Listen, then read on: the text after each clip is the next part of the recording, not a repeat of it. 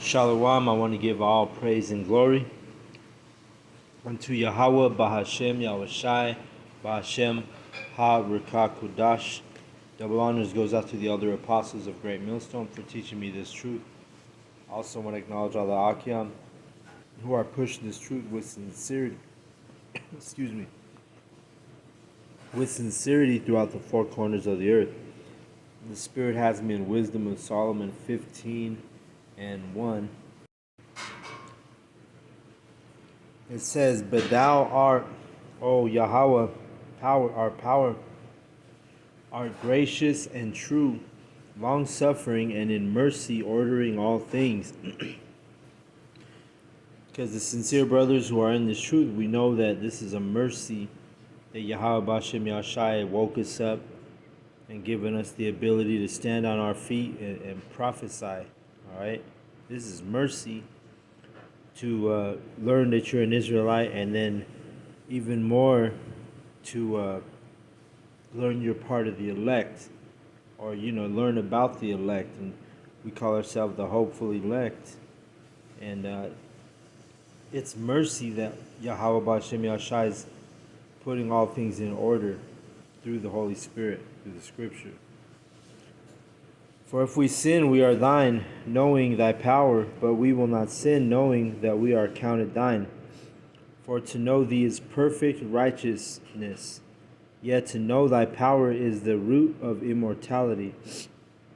Because in times past we didn't know Yahweh Bashem Yahushai. We were taught a bunch of lies, and we were in the congregation of the dead until Yahweh Bashem Yahushai had mercy on us and brought us out of that darkness. All right.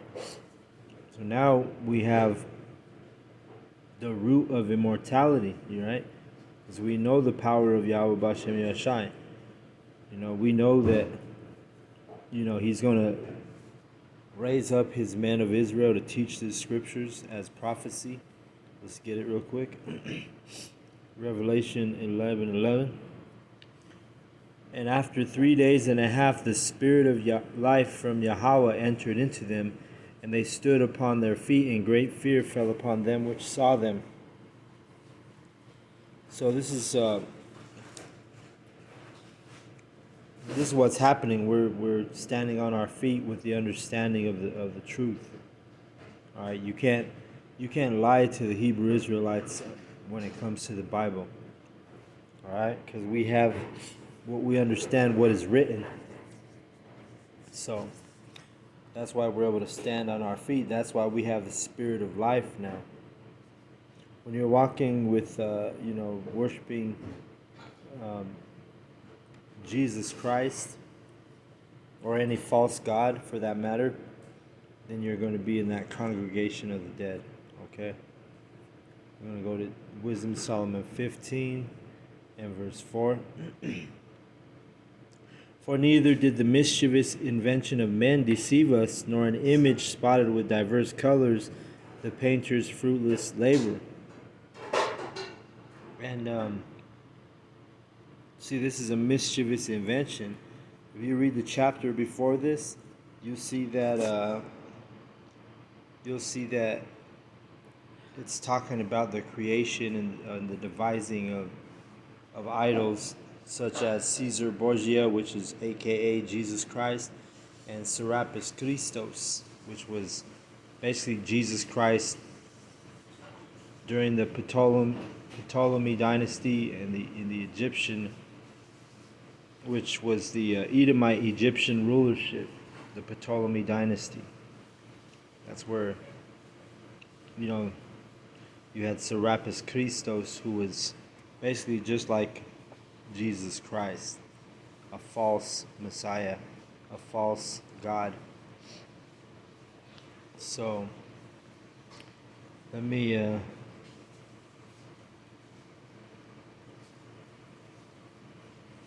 get this. Matthew 24:24. All right, because what we just read. It said, "For neither did the mischievous invention of men deceive us." And this also goes for that hokey pokey, because a lot of people are being deceived by that mischievous invention. But the elect are not deceived. The elect has not taken that hokey pokey.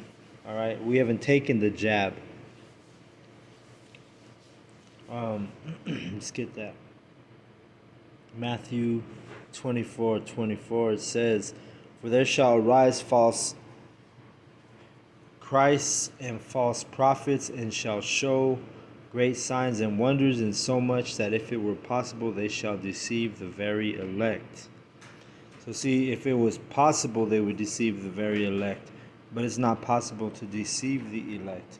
Only the 2/3 are going to be deceived, by Esau, Edom, and also by by running to his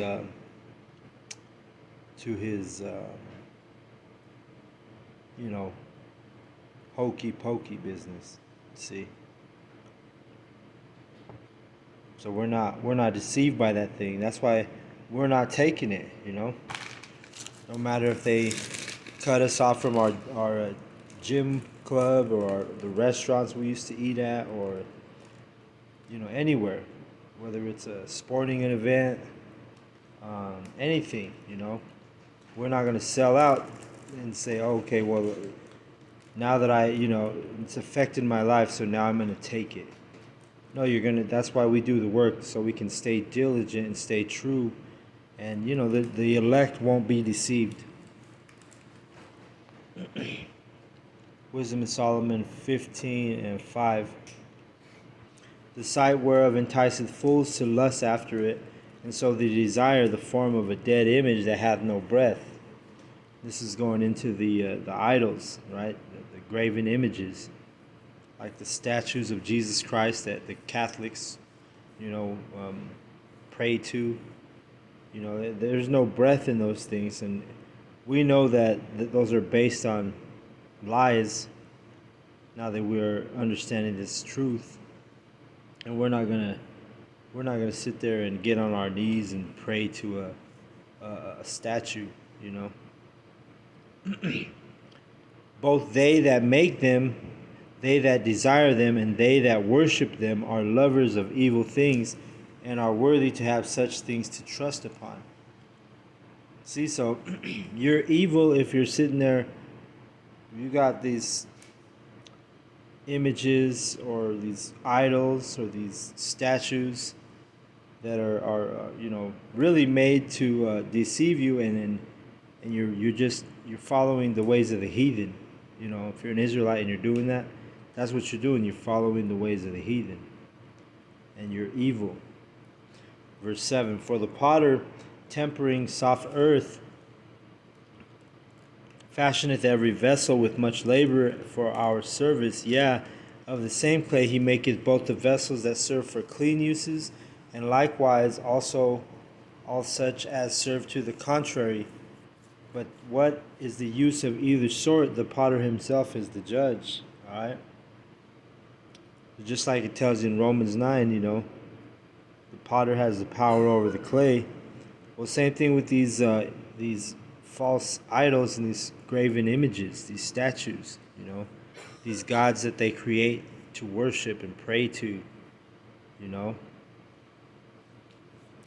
It says in verse 8, "And employing his labors lewdly, he maketh a vain god of the same clay, even he which a little before was made of earth himself, and within a little while after returneth to the same, out when his life which was lent him shall be demanded." So because we were created from clay, from the earth, ashes to ashes, dust to dust, right? We return to the earth because we're literally that clay of the earth.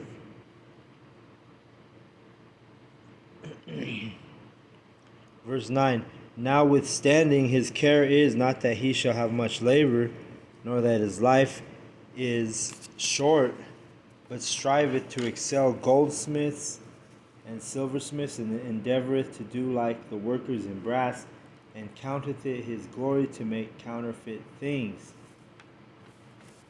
See, so all of those images And those graven images and those statues, they're all counterfeits. See?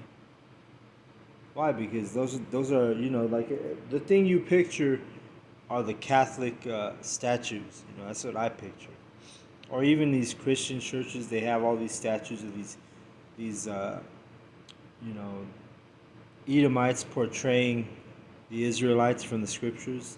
You know, and then on the internet, if you look up any biblical figure or character, an Edomite's gonna pop up. Even right now, I was sitting here in the living room and we were gonna watch.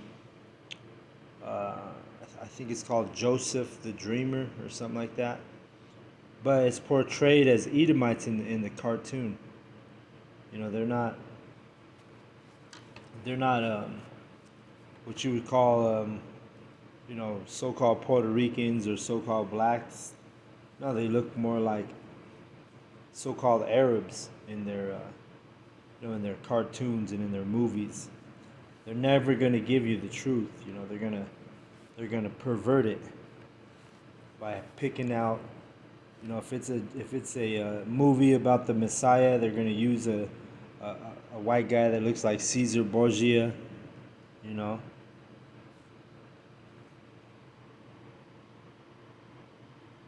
Let's see, verse 10. His heart is ashes, his hope is more vile than the earth, and his life less value than clay. Meaning he's just useless, vanity, right? Both the sculpture and the guy who makes the sculpture. Verse 12. But they counted our life a pastime, and our time here a market for gain. For say they, we must be getting every way through it by evil, though it be by evil means. And that's what the 2/3 and the heathen.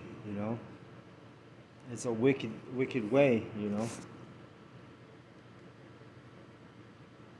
And they counted our life for a pastime. The men who were in the truth, they don't take us seriously. Verse 13, for this man that of the earthly matter maketh brittle vessels and graven images knoweth himself to offend above all others.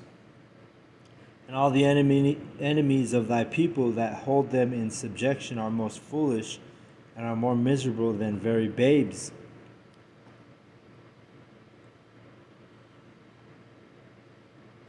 For they, I gotta move this down. For they counted all the idols of the heathen to be gods, which neither have the use of eyes to see, nor noses to draw breath, nor ears to hear, nor fingers and hands to handle. Or as for their feet, they are slow to go. So it's really talking about you 2/3 following the heathen gods, because the heathen gods, like it says here, that they can't do nothing. They're useless. They can't breathe. They can't see.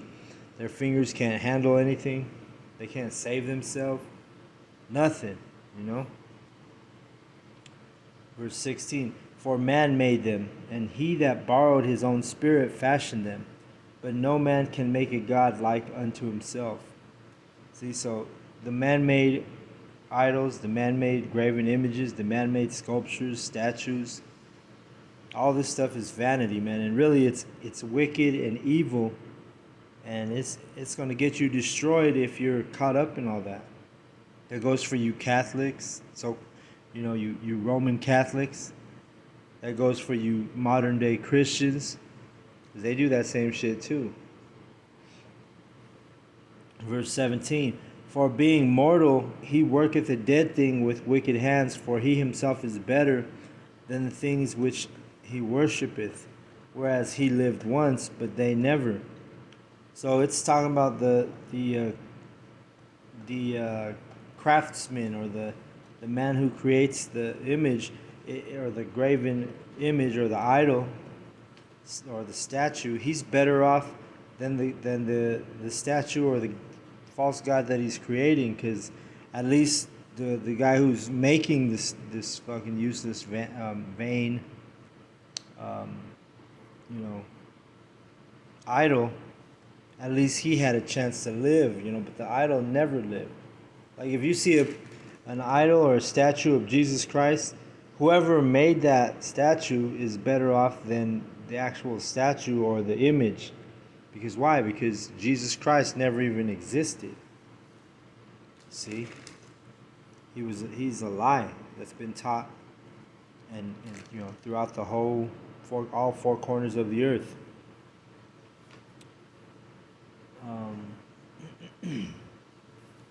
Verse 18. Yeah, they worship those beasts also that are most hateful, for being compared together, some are worse than others. Neither are they beautiful so much as to be desired in respect of beasts, but they went without the praise of Yahweh and his blessing. So, the scriptures tells you that the men are beasts. And if you're doing any idolatry, you're caught up in all that, and you're praying to statues like Catholics or whatever, then really you're part of that beast system. You are a beast.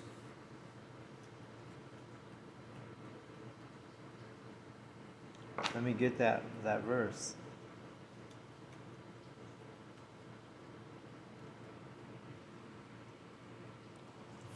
It's Ecclesiastes. Yeah, you're literally a beast. You're wicked. You're evil. A beast doesn't have no laws. A beast is without order. All right. So when you're doing that thing, man, you let me read it. Ecclesiastes 3:18. I said in mine heart, concerning the estate of the sons of men, that Yahweh might manifest them, and that they might see that they themselves are beasts. See? So, you just gotta, if you're part of the elect, you're gonna receive this knowledge, receive this truth. You're gonna understand the videos. You're gonna understand the breakdowns the brothers give. But if not, you can't leave all your false idols, your false graven images, your false statues. Then you're just counted for as vanity, useless, and worthy of destruction. So, with that, I want to give all praise and glory unto Yahweh, Ba'ashem, Yahushai, Ba'ashem, Ha-Rakah, Kodash. Double honors goes out to the elder apostles of Great Millstone for teaching me this truth. Also want to acknowledge all the Akyam who are pushing this truth with sincerity. Shalom to the elect.